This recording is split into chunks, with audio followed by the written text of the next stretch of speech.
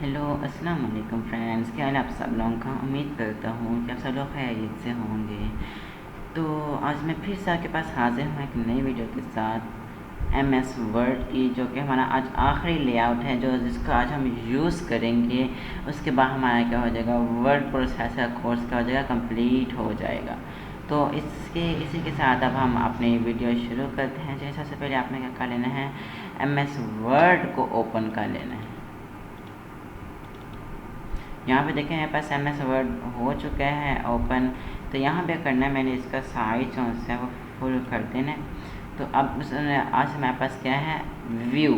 तो आज हम क्या करेंगे कि व्यू के बारे में पढ़ेंगे। तो और व्यू में कौन कौन से टूल्स होते हैं और उनका क्या यूज़ है, हम आज क्या करेंगे उसी के मुताबिक पढ़ेंगे। चलें फिर क्या करते हैं, शुरू करते हैं। तो अभी जो सा मैं अभी आपको बताता हूँ प्रिंट लेआउट। प्रिंट लेआउट का क्या मतलब होता है कि जैसे हमारा एक पेज है कि वो प्रिंटिंग के लिहाज से किस तरह जो है ना एक बिल्कुल एक्यूरेट है, बिल्कुल उसकी कंडीशन सही है, मतलब वो किस स्टाइल में है, प्रिंट के लिहाज से बिल्कुल सही है, मतलब फिट है प्रिंट के लिए या नहीं है।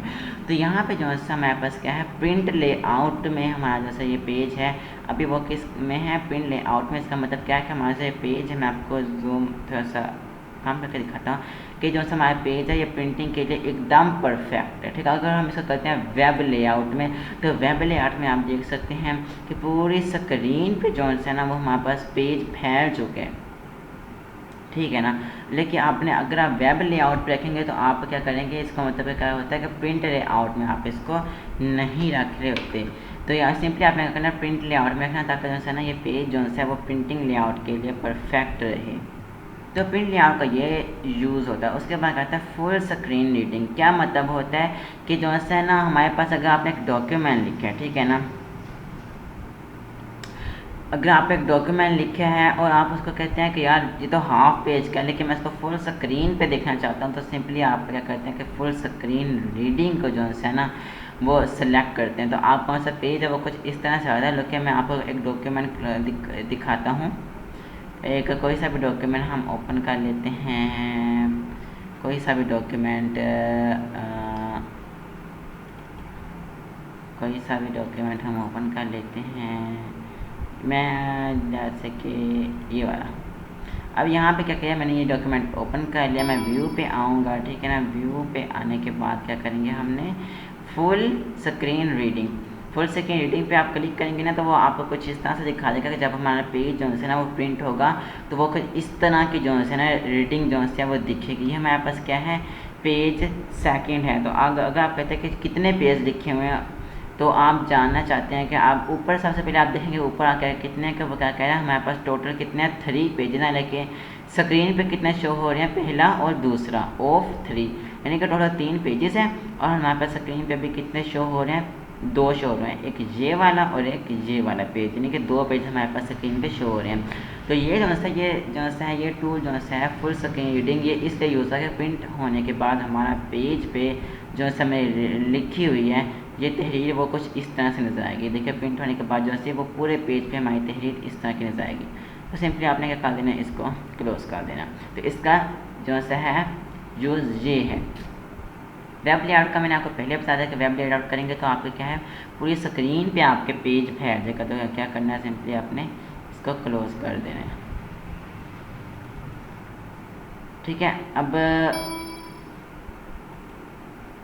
अगला हमारे पास जो टूल है वो है हमारे पास आउटलाइन। क्या मतलब डॉक्यूमेंट को आउटलाइन के लिहाज से देखना, ठीक है ना। अब आपने क्या करना है, सिंपली इसको क्या कर देना, आउटलाइन दे देनी है। तो वो क्या कर देगा हमारे पास, मतलब कि कुछ डॉट्स की शक्ल में, कुछ पॉइंट्स की शक्ल में वो हमारे पास क्या कर देगा, पूरे हमारे पास क्या है इस जो ऐसा है हमने जैसे लिखा हुआ है पेज, तो क्या कर देगा, इसको पॉइंट्स की शक्ल में हमें दिखा देगा, आउटलाइन दे देगा इनकी, ठीक है ना। तो इसका क्या होता है, ये यूज़ होता है।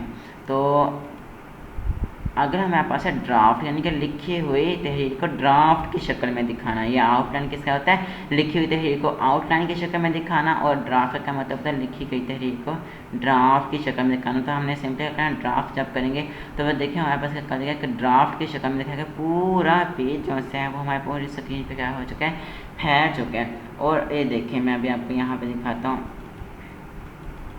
देखिए यहाँ पे सारा कुछ क्या है, एक ड्राफ्ट की शक्ल में वो हमें दिखा रहा है। तो सिंपली अगर आप करना चाहते हैं कि ड्राफ्ट की शक्ल में ना हो सिंपल, तो आपने क्या करना है, इसको अनसेलेक्ट कर देना है, ठीक है ना। जी हमारे पास आउटलाइन की शक्ल है और दूसरे हमारे पास क्या है, ड्राफ्ट की शक्ल है। तो उसके बाद हमारे पास क्या आता है, उसके बाद हमारे पास टूल आता है रूलर, यानी कि ऊपर जब आपने अक्सर देखा होगा जब आप वर्ड ओपन करते हैं तो ऊपर जो है ना एक रूलर लगा होता है मेजरमेंट के लिए।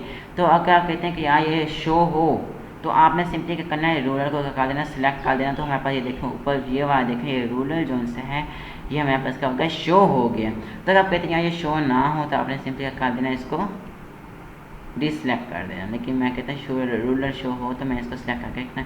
उसके बाद था ग्रिड लाइन्स। ग्रिड लाइन्स का क्या मतलब होगा, पूरे पेज पे लाइनें आ जाना, यानी कि पूरे पेज में जो है ना लाइनें आ जाएंगी। मैं अभी आपको करके दिखाता हूँ। ग्रिड लाइन जब हम कहेंगे, ये देखिए पूरे पेज पे हमारे पास क्या आ गई हैं, लाइन्स आ गई हैं, डब्बे छोटे छोटे बन गए हैं। ग्रिड लाइन्स का यूज़ यही होता है। उसके बाद होता है नेविगेशन पेन। नेविगेशन पेन का क्या मतलब होता है कि मतलब open the navigation pane which allows you to navigate through the document by heading, by page और बाय सर्चिंग। अब यहाँ पे देखें, यहाँ पे जो है ना नेविगेट करना किसी भी डॉक्यूमेंट का, इसका यही यूज़ है। अब यहाँ पे जो है मान लो ये जो से मैं तहरीर लिखी हुई है वो किसकी मदद से हो रही है, नेविगेट इसकी हेडिंग की मदद से, इसकी हेडिंग की मदद से। यहाँ पे देखें हमारे पास जो है नेविगेट किसकी मदद से हो रही है, इसके हेडिंग की वजह से, जो इसके ऊपर हमारे पास क्या है, इसके ऊपर हेडिंग है। तो नेविगेशन पेन का क्या मतलब यही यूज़ होता है कि किसी भी डॉक्यूमेंट को आप नेविगेट कर सकते हैं उसके पेज के लिहाज से, उसके हेडिंग के लिहाज से, ठीक है ना। और अभी हम पढ़ लेते हैं किसके लिहाज से, और सर्चिंग के लिहाज से, फॉर टेक्स्ट और ऑब्जेक्ट, ठीक है ना। इसका यूज़ यही होता है कि नेविगेट करना। अब हमारे पास अगला आ जाता है जूम। जूम करना यानी कि आप इस पेज को, जो हमारे पास करंटली पेज ओपन है, आप इसको कितना जूम करके ओपन करना चाहते हैं। मैं अभी हमारे पास ये पेज है वो हमारे पास कितना % जूम है, 100%। आप चाहें यहाँ से भी कर सकते हैं, इस जगह से। यहाँ पे देखें ये हमारे पास 500% तक जूम हो चुका है, ठीक है ना। और अगर आप चाहते हैं जूम कम हो, तो अगर आप चाहते हैं जूम कम हो तो आपने सिंपल यहाँ से भी सिलेक्ट कर सकते हैं, और ऊपर से भी मैं अभी आपको बताता हूँ। यहाँ से आप सिलेक्ट करेंगे तो ये इस तरह हो जाएगा। और जूम यहाँ पे आपके पास ऑप्शन होता है कि 200% तक जूम हो, 75% हो, 100%। अगर आप कहते हैं कस्टमाइज़ हो, तो आप यहाँ पे अपना कस्टमाइज जूम भी लिख सकते हैं कि लेट कर लेते हैं मैम, जैसे अभी हमने किया था 530। अब यहाँ पे देखें कि वो क्या है कि the number must be return between 100 and 500, यानी कि वैसे इसकी जूमिंग पावर है वो सिर्फ 500% तक है। हम 501 भी नहीं लिख सकते। तो हमें सिंपली क्या करना है, अगर हम यहाँ पे लिखेंगे 500, तो हमारे पास ये 500% तक हमें क्या कर देगा, जूम करके दिखा देगा। अगर हम कहते हैं नहीं यार 75% तो 75% करेंगे और ओके करेंगे, तो ये देखिए हमारे पास 75% हो गया। अब मुझे ये वाला पेज जो है ये नहीं चाहिए, ठीक है। ये देखिए यहाँ पे हमारे पास क्या है, 75% तक ये जूम हुआ है। तो मैं कहता हूँ यार नहीं यार 100% ही हो, तो आपने करना है सिंपली फिर 100 पे ही ले जाना है। उसके बाद कर देना आपको ओके दबा देना है। तो यहाँ पे देखिए हमारे पास ये पेज 2 ओपन है हमारे पास, हमने करना है पेज 1 ओपन करना है। तो यहाँ पे देखिए हमारे पास पेज 1 ओपन हो चुका है। अब इसके बाद वो क्या कहते हैं कि 1 पेज, 2 पेज और पेज विड्थ, इनका क्या यूज़ होता है। मैं अभी आप इनका यूज़ ये होता है कि आप लिखी गई तहरीर जो आपने मतलब कि डॉक्यूमेंट लिखा हुआ है, आप इसको एक पेज पे शो करवाना चाहते हैं ऑन 1 पेज, या लिखी गई डॉक्यूमेंट को 2 पेज पे या शो करवाना चाहते हैं। तो मैं कहता हूँ अगर 2 पेजेस पे हो तो यहाँ पे वो देखें जो है हमारे पास ये जो सी है हमारे पास डॉक्यूमेंट जो हमने ये लिखा हुआ है, हमारे पास कितने पेजेस हैं, 2 पेज हैं। हमारा दूसरा पेज क्या है, क्योंकि मैं बात सुने अभी मैं आपको बताता हूँ, क्योंकि हमें पहले पेज पे जो है ना हमारे पास डॉक्यूमेंट बस पहले पेज पे रिटर्न है, तो दूसरे पेज पे हमने कुछ नहीं लिखा, तो हमारे पास उन्होंने क्या कहा, दूसरा पेज हमारे पास कौन सा दे दिया, ब्लैंक पेज दे दिया। तो अगर आप चाहते हैं कि इस पर भी हो तो सिंपली आपने इस पर भी कुछ भी डॉक्यूमेंट लिख देना। उसके बाद हमारे पास क्या आता है, पेज विड्थ, कि पेज विड्थ कितना, कि आप जो है ना क्या नाम है कि डॉक्यूमेंट को जो है ना कितने विड्थ तक आप इसे जूम करके दिखा सकते हैं। तो वो यही कह रहे हैं कि zoom the document so that the width of the page matches the width of the window. आपने क्या करना है, ये देखें, अब जितना हमारे पास एक विंडो का साइज़ है, ठीक है ना, पूरी स्क्रीन पे, मतलब ये कि विंडो का साइज़ का मतलब ये है कि हमारे पास एक पूरी स्क्रीन पे क्या है, हमारे पास डॉक्यूमेंट एक फैला दिया है विड्थ के लिहाज से, ना कि लेंथ के लिहाज से, विड्थ के लिहाज से उन्होंने फैलाया हमारा डॉक्यूमेंट। ये देख सकते हैं आप, जैसे कि ये देखिए विड्थ के लिहाज से उन्होंने हमें दिखाया हुआ है। उसके बाद हमारे पास क्या आता है, न्यू विंडो। अब वो क्या कह रहे हैं कि न्यू विंडो का क्या मतलब है कि जैसे हमने डॉक्यूमेंट लिखा हुआ है, ये वाला जो सा फुल डॉक्यूमेंट है, इसकी एक मतलब कि क्या कर देगा, एक कॉपी दे देगा हमारे पास इससे पूरे एक डॉक्यूमेंट की। तो फर्स्ट अब करें, मैं इसको जो है ना क्या करूँगा, इस डॉक्यूमेंट है हमारे पास, अगर मैं करूँ, अभी आपको ऊपर देखना है एजुकेशनल साइकोलॉजी हमारे पास क्या है, इसकी हेडिंग। अगर मैं न्यू विंडो करूँ तो हमारे पास क्या हो गया, एजुकेशनल साइकोलॉजी 2 ओपन होगा, यानी कि इसकी कॉपी ओपन हो गई है हमारे पास, ठीक है ना। पिछली बार मैंने आपको जैसे अभी हेडिंग दिखाया वो कौन सी थी, अकेली एजुकेशनल साइकोलॉजी। अभी जो है हमने क्या किया, न्यू विंडो पे जब हम गए हैं तो उसने हमें क्या कर दिया कि एजुकेशन साइकोलॉजी 2 यानी कि इसकी एक कॉपी कर दी। तो आपने सिंपली इसको क्रॉस कर देना, अगर आपको कॉपी चाहिए तो ठीक है, अदरवाइज इसको क्रॉस कर दें। उसके बाद कहता है अरेंज आल, फर्ज करने अगर आपके पास 1, 2 या इनसे ज़्यादा डॉक्यूमेंट हैं, ठीक है ना, तो आपने इन सबको अरेंज भी कर सकते हैं।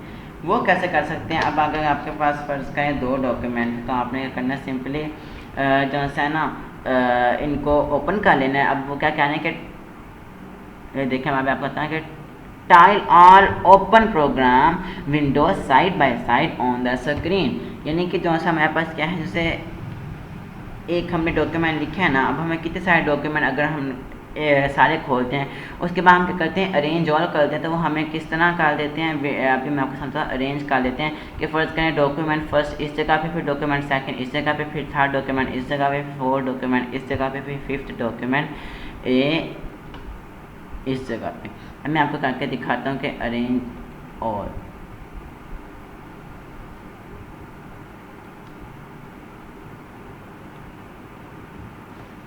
अगर आपके पास क्या है ज़्यादा डॉक्यूमेंट, तो आप क्या कर सकते हैं, इनको अरेंज करके देख सकते हैं। तो उसके बाद हमारे पास कहता है स्प्लिट। स्प्लिट का मतलब होता है कि मतलब कि कहीं किसी भी जगह से ना इस तहरीर को, इस पेज को ना तोड़ देना, ब्रेक कर देना।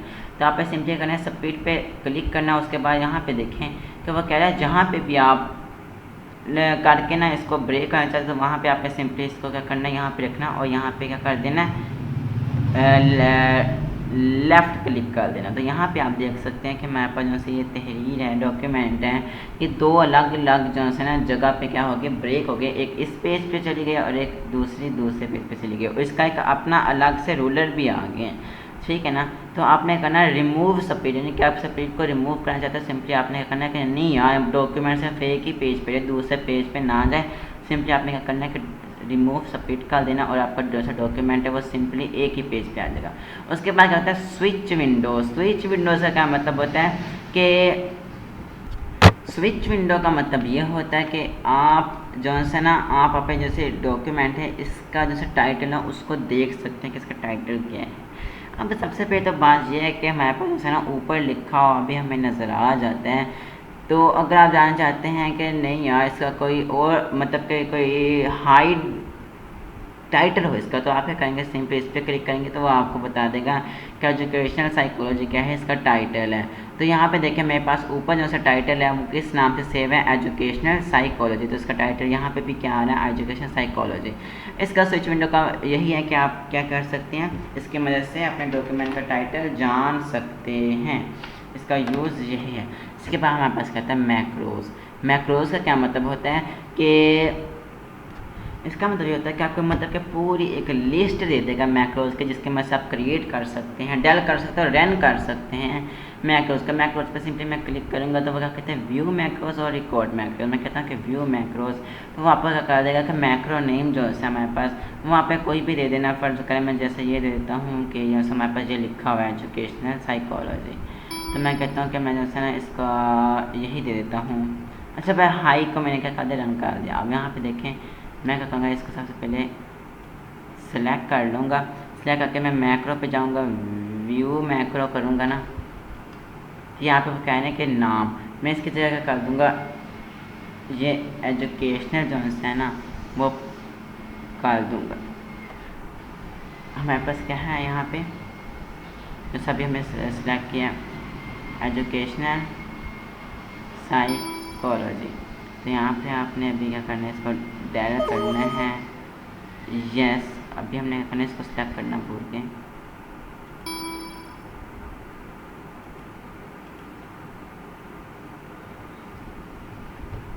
क्या करना है, आपने सिंपली मैक्रो पे जाना है, व्यू मैक्रो हाई। हमारे पास जैसे ना मेरे पास क्या है, एक मैक्रो पे से सेव है हाई के नाम से, तो सिंपली आपने क्या करना है, इसको रन कर देना है।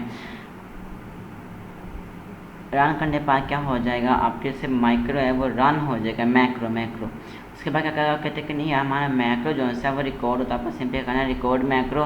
उसके बाद अपने इसको नाम दे देना है कि macro number 1 store macro in are documents. मतलब कि मैक्रो जो है वो किस में स्टोर होना चाहिए, आर डॉक्यूमेंट सारे डॉक्यूमेंट्स में, कि नहीं है सिर्फ एजुकेशनल डॉक्यूमेंट में, एजुकेशन साइकोलॉजी डॉक्यूमेंट में। तो मैं सिंपली इसके ऊपर क्लिक करके इसको ओके कर देना है। तो यहाँ पे अगर हमारे पास मैक्रो है ना वो इस पर क्या हो गया, सेव हो गया।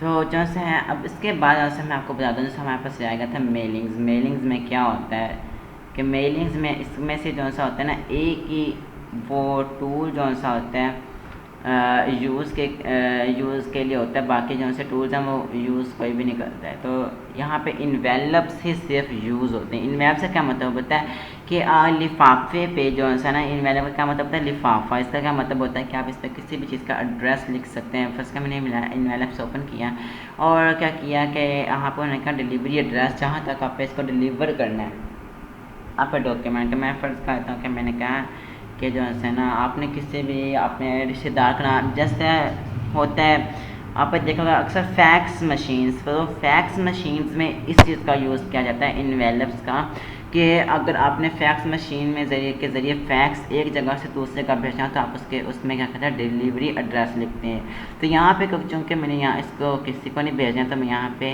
इसको नहीं लिखूँगा। अगर आप फैक्स मशीन यूज़ करें तो आपने यहाँ पे डिलीवरी एड्रेस लिख के उसको फैक्स कर देना है। तो ये थी हमारी आज की वीडियो। इसमें मैंने आपको व्यू के बारे में बताया कि व्यू में कौन कौन से टूल्स होते हैं उनका यूज़ किया। तो इसके साथ हम आगे हो गए हैं, जो सा है इसका MS वर्ड का कोर्स कंप्लीट हो गया है। इंशाल्लाह दोबारा मुलाकात है नई वीडियो में। उस वीडियो में हम आपको सिखाएंगे MS एक्सेल क्या होता है, MS एक्सेल में कौन से टूल्स इस्तेमाल होते हैं। तब तक के लिए अल्लाह हाफिज़।